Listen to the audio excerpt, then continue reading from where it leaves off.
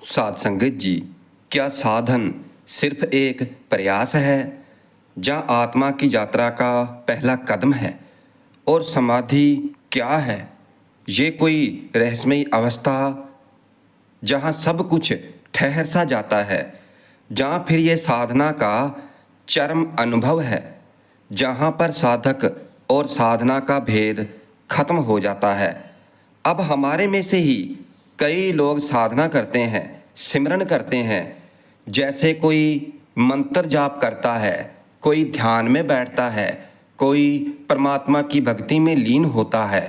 पर क्या हर साधक समाधि की अवस्था में पहुंच पाता है, या फिर ये कोई विरले लोगों का ही सौभाग्य होता है? जब हम ध्यान में बैठते हैं, सिमरन में बैठते हैं, तो हमारा जो मन है तो ये इधर उधर भटकता रहता है।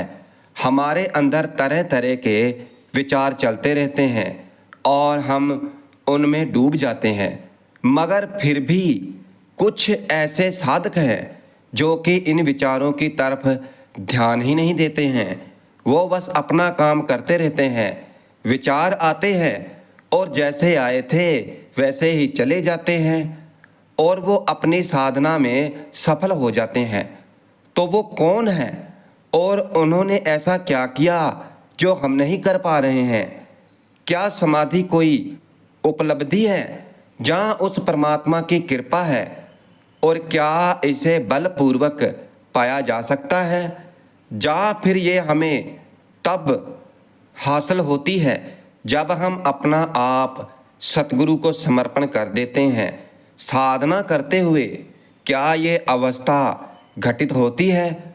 और इसे घटित होने देने के लिए क्या जरूरी है? जहाँ सिमरन तै आप कराई, ही अनुरगे राम सोई समान, दुख नहीं को कृपा निधान। तो साध संगत जी, अगर ये सवाल, ये प्रश्न आपके अंदर चल रहे हैं तो फिर आप समझ जाना कि आप सही दिशा में हैं, क्योंकि इन प्रश्नों के उत्तर ही आपको उस अवस्था में ले जा सकते हैं जहाँ पर फिर कोई प्रश्न ही नहीं रहते। सभी प्रश्न समाप्त हो जाते हैं और केवल शुद्ध अनुभव विशेष रहता है। साधना और समाधि की इस दिव्य यात्रा में हम आगे बढ़ते हैं। तो आइए इस गूढ़ रहस्य को समझते हैं। ये मन नाही अटके, कछ तै प्रगटे राधा, ना हरि से हरि मेहरी भये। तो ये है समाधि की बात। साध संगत जी, साधना वो मार्ग है, रास्ता है जिस पर चलकर साधक अपनी चेतना को शुद्ध करता है। और ये एक प्रतिक्रिया जिसमें धैर्य, निष्ठा और पूर्ण समर्थन की अवस्था होती है। जब कोई साधक साधना में प्रवेश करता है तो वो बाहरी संसार से धीरे धीरे हटकर अपनी आत्मा की गहराइयों में उतरने लगता है। और ये वो अवस्था है जहाँ पर इस मन का अशांत समुंदर धीरे धीरे शांत होने लगता है। वो वासनाएं, तृष्णाएं और इच्छाएं ये सभी समाप्त होने लगती हैं, क्योंकि संसार का जो नाता है वो टूट चुका होता है। और ये सब चीज़ें एक संसारी को जो संसार में रहता है तो उसके भीतर उत्पन्न होती ही रहती हैं। और फिर जब उसकी शुद्ध चेतना जागृत होने लगती है, साधना केवल जप तप योग या ध्यान नहीं है, बल्कि यह एक आंतरिक क्रांति है। यह स्वयं से स्वयं की यात्रा है। यहाँ जाने के बाद में साधक अपनी कमजोरियों और अहंकार, वासनाएं और अज्ञानता को भुलाकर अपने भीतर की दिव्य को प्रकट करता है। जैसे कि एक मूर्तिकार पत्थर को त्रास त्रास कर उसमें से एक सुंदर मूर्ति बना देता है। और बिल्कुल वैसे ही ये साधना, ये नाम जप, नाम का सिमरन हमें भीतर से त्रास कर और हमें अपने असली स्वरूप प्रचलित करा देती है। मगर साधना केवल प्रयास तक सीमित नहीं होती।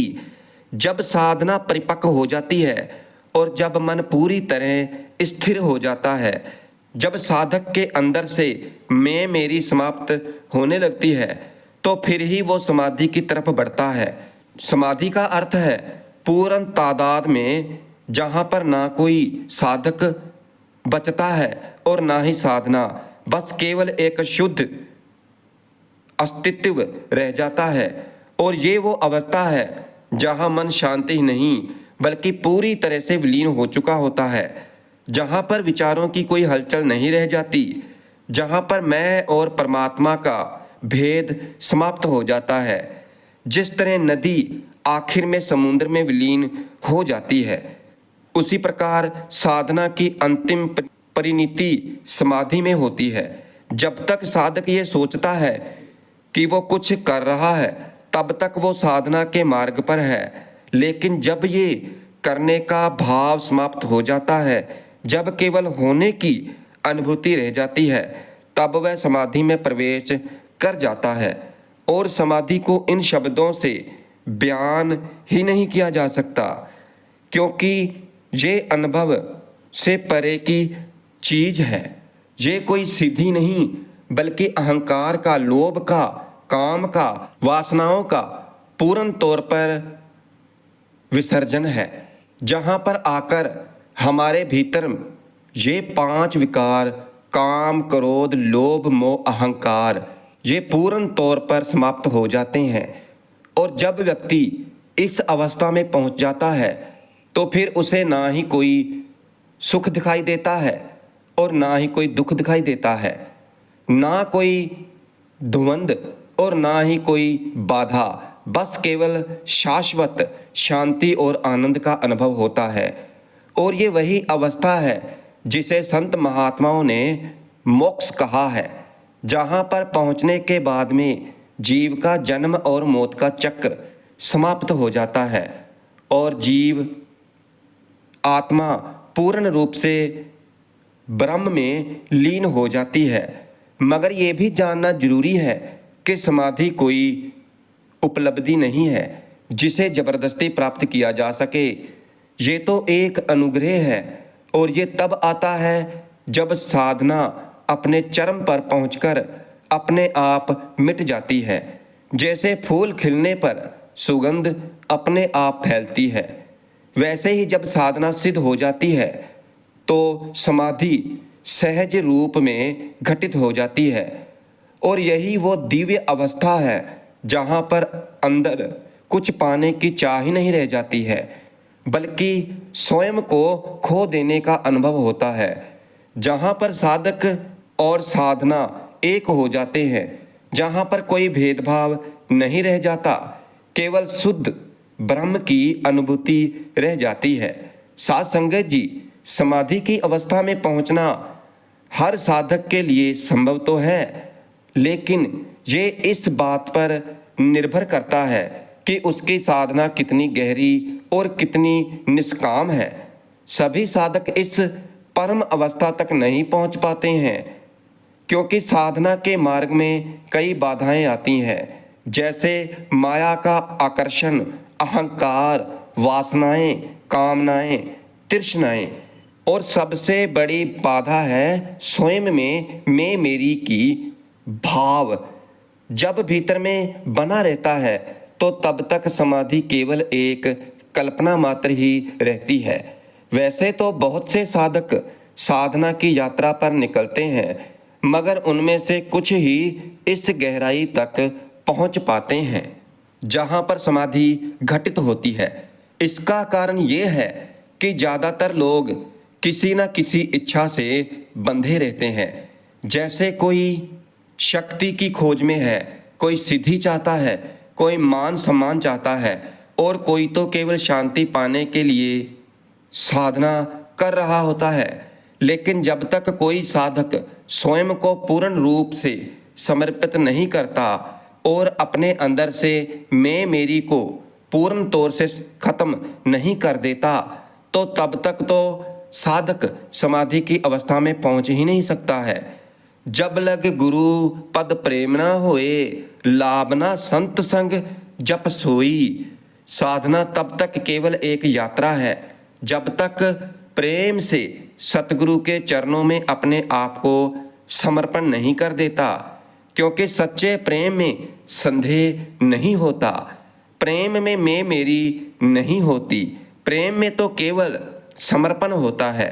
जब साधक प्रेम पूर्वक अपने सतगुरु की वाणी में स्वयं को मिटा देता है, जब सतगुरु के नाम की भजन बंदगी करता है, सिमरन करता है, तो वो फिर उसकी साधना तक संघर्ष नहीं रह जाती, फिर तो वो एक सहज प्रवाह बन जाती है। और ये वही बिंदु है जहाँ साधना और समाधि के बीच का भेद समाप्त होने लगता है। जैसे लहरें समुद्र में लौटकर समुद्र ही बन जाती हैं, वैसे ही साधना जब पूर्ण होती है तो साधक स्वयं मिट जाता है और केवल परमात्मा ही शेष रह जाता है। इसलिए समाधि कुछ विशेष लोगों का सौभाग्य ही नहीं, बल्कि हर उस साधक की वास्तविकता है जो स्वयं को खोने का साहस कर पाता है। भगवत गीता में कहा है, और ये हमें हमारे जीवन का एक आईने की तरह है, हमें आईना दिखाता है। जब भगवान कृष्ण ने अर्जुन को ये उपदेश दिया तो ये केवल अर्जुन के लिए नहीं था, ये हमारे लिए भी है, क्योंकि हम कई तरह के संशय, मोह, दुख, सुख, आसक्तियाँ इन सब में उलझे हुए हैं। लेकिन क्या हमने कभी ये सोचा है कि इस उलझन से निकलने का मार्ग क्या है? भगवान श्री कृष्ण ने समाधि की ये स्थिति बताई है तो वो कोई साधारण अवस्था नहीं है, बल्कि पूर्ण आत्मबोध स्थिति है। ये वो दशा है जहाँ पर ना कोई दुख विचलित कर सकता है और ना कोई सुख मोहित कर सकता है। ये वो अवस्था है जब मन पूर्ण तौर पर शांति में स्थिर हो जाता है और आत्मा अपने असली स्वरूप को पहचान लेती है। श्री कृष्ण कहते हैं कि हे अर्जुन, ये जो मैं तुम्हें बता रहा हूँ तो ये ब्रह्मी स्थिति है। लेकिन क्या हम ये समझते हैं कि ये ब्रह्मी स्थिति क्या है? हम हमेशा खुद को एक शरीर ही मानते हैं, अपनी इच्छाओं को ही अपनी पहचान मानते हैं, मगर ये स्थिति वो है जहाँ पर आत्मा को अपनी सच्ची पहचान मिल जाती है, जहाँ पर ये भ्रम समाप्त हो जाता है कि मैं ये शरीर हूँ, ये मेरा परिवार है, ये मेरी चीज़ें हैं, ये मेरे रिश्तेदार हैं। तो यहाँ पर पहुँचने के बाद में ये सब कुछ समाप्त हो जाता है। और फिर जो इस अवस्था को प्राप्त कर लेता है तो वो कभी भी मोह में नहीं पड़ता है, क्योंकि वैसे तो हम सभी किसी न किसी चीज़ से बंधे हुए हैं।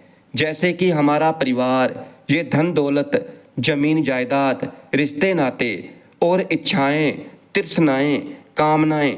मगर जो इस ब्रह्मी स्थिति को पा लेता है तो वो ये जान जाता है कि ये सभी नाशवान हैं, क्षणिक हैं। सुख भी आता है, दुख भी आता है, मगर वो ना तो सुख में अहंकार ही करता है और ना ही दुख में दुखी होता है। उसे तो ये सुख और दुख एक समान दिखाई देते हैं। और फिर जो इस स्थिति में अंतिम क्षण तक स्थिर रहता है, यानी ये सब कुछ समय की अनुभूति नहीं बल्कि स्थायी अवस्था होनी चाहिए। जैसे हम ध्यान करते हैं, पूजा पाठ करते हैं और जो नामधारी हैं वो नाम का सिमरन करते हैं, मगर जैसे ही हमारे जीवन में कोई कष्ट दुख आता है तो हम घबरा जाते हैं, हम डोल जाते हैं, परेशान हो जाते हैं। मगर जिसने समाधि की ये अवस्था प्राप्त कर ली ना, तो फिर तो वो जीवन के अंतिम पल तक इसी शांति में स्थिर रहता है और परम शांति पर मोक्ष को प्राप्त कर लेता है। और फिर तो ना ही जन्म मरण है और ना ही कोई बंधन है, और फिर आत्मा परमात्मा में समा जाती है और फिर भीतर से ये मैं मेरी भी समाप्त हो जाती है, बस शुद्ध चेतना रह जाती है। श्री कृष्ण जी हमें यही समझा रहे हैं कि आप जी अर्जुन से कह रहे हैं कि हे अर्जुन, ना ही युद्ध से भागना समाधान है, ना ही मोह में पड़ना, केवल आत्मा के स्वरूप में स्थिर हो जाना ही सच्चा समाधान है। और यही समाधान हम सभी के लिए है, क्योंकि आखिर में जीवन का सच्चा सुख क्या है? ना ही धन दौलत और ना ही प्रसिद्धि, ना ही रिश्ते नाते, सिर्फ वही शांति जो भीतर से आती है, ना कि बाहर से। अब प्रश्न ये है कि साधक समाधि की अवस्था के लिए क्या करे? कहते हैं, गुरु बिन ज्ञान न उपजे, गुरु बिन मिले न मोक्ष। क्योंकि समाधि की ऊंचाई तक पहुंचना है तो सतगुरु की कृपा और पूर्ण समर्पण ही एक मात्र मार्ग है। जब कोई साधक अपने बल पर आगे बढ़ने का प्रयास करता है तो वह बहुत जल्दी मन और अहंकार के जाल में उलझ जाता है। ये मन बार बार उसे गिराने की कोशिश करता है और अहंकार उसे ये भ्रम देता है कि वो स्वयं ही सब कुछ कर सकता है। गोस्वामी तुलसीदास जी भी गुरु की महिमा को बयान कर रहे हैं। ये संसार रूपी सागर है और यहाँ पर ये इंसान मोह माया, इच्छाएं, वासनाएं, तृष्णाएं, अहंकार और कर्मों के बंधन में उलझा हुआ है और इस सागर को पार करना बहुत कठिन है। मगर सतगुरु की कृपा से ये संभव हो सकता है और ये कोई आम लोगों की बात नहीं, बल्कि अगर कोई ब्रह्मा स्मृति करता या संहार करता के समान महान भी हो, तब भी वो गुरु के बिना इस संसार रूपी सागर को पार नहीं कर सकता, क्योंकि ये संसार एक विशाल जल राशि की तरह है और जिसमें माया की लहरें निरंतर उठती रहती हैं। मोह, अहंकार, वासनाएं, कर्मों के बंधन, तो ये सब मनुष्य को डुबो देने के लिए पर्याप्त हैं। और अगर कोई ये कहे कि वो स्वयं ही इसे पार कर लेगा, तो ये ऐसा ही होगा जैसे कोई बिना नाव के समुद्र को तैरकर पार करने की कोशिश करे। और हमारे सतगुरु वो नाव हैं जो हमें इस संसार रूपी महासागर से पार लगा देते हैं और वो हमें दिशा भी देते हैं, गति भी और सुरक्षा भी। साधना का मार्ग कठिन है। ये आत्म संयम, तपस्या और भक्ति से होकर गुजरता है। मगर जब तक सतगुरु की कृपा नहीं होती, मेहर नहीं होती, तो तब तक ये मार्ग अस्पष्ट और कठिन बना रहता है। कलयुग केवल नाम आधारा, सुमिर सुमिर नर उतरी पारा। कलयुग में मुक्ति का केवल एक ही साधन है, भक्ति, परमात्मा की भक्ति, नाम का सिमरन भजन, नाम की कमाई। अन्य युगों में कठिन तपस्या, यज्ञ, दान आदि से मोक्ष प्राप्त होता था, मगर इस कलयुग में ये सभी साधन मुख्य नहीं है। यहाँ तो केवल परमात्मा का नाम ही भवसागर से पार कराने में सूक्ष्म है, क्योंकि इस युग में मनुष्य का मन चंचल है, विचार अस्थिर है और मोह माया का प्रभाव अति अधिक है। इसलिए गहरी साधना और घोर तपस्या का करना कठिन हो गया है। मगर परमात्मा ने हमें इस युग में एक सरल उपाय भी दिया है। बस सच्चे हृदय के साथ, श्रद्धा भावना के साथ परमात्मा की भक्ति करना, सतगुरु के द्वारा दिए गए नाम की कमाई करना। और फिर जब हम बिन नागा नाम का सिमरन करते हैं तो फिर धीरे धीरे हमारा मन शुद्ध होने लगता है, चित्त शांत हो जाता है और हमारी आत्मा परमात्मा की तरफ बढ़ती है। मगर ये काम सतगुरु की कृपा के बिना सिद्ध नहीं होता। नाम तो हर कोई जप सकता है, मगर सही भाव से, श्रद्धा से और सही मार्ग दर्शन में जपना ही आत्मा को उस परम स्थिति तक ले जाता है जहाँ पर मनुष्य इस भवसागर से पार हो जाता है।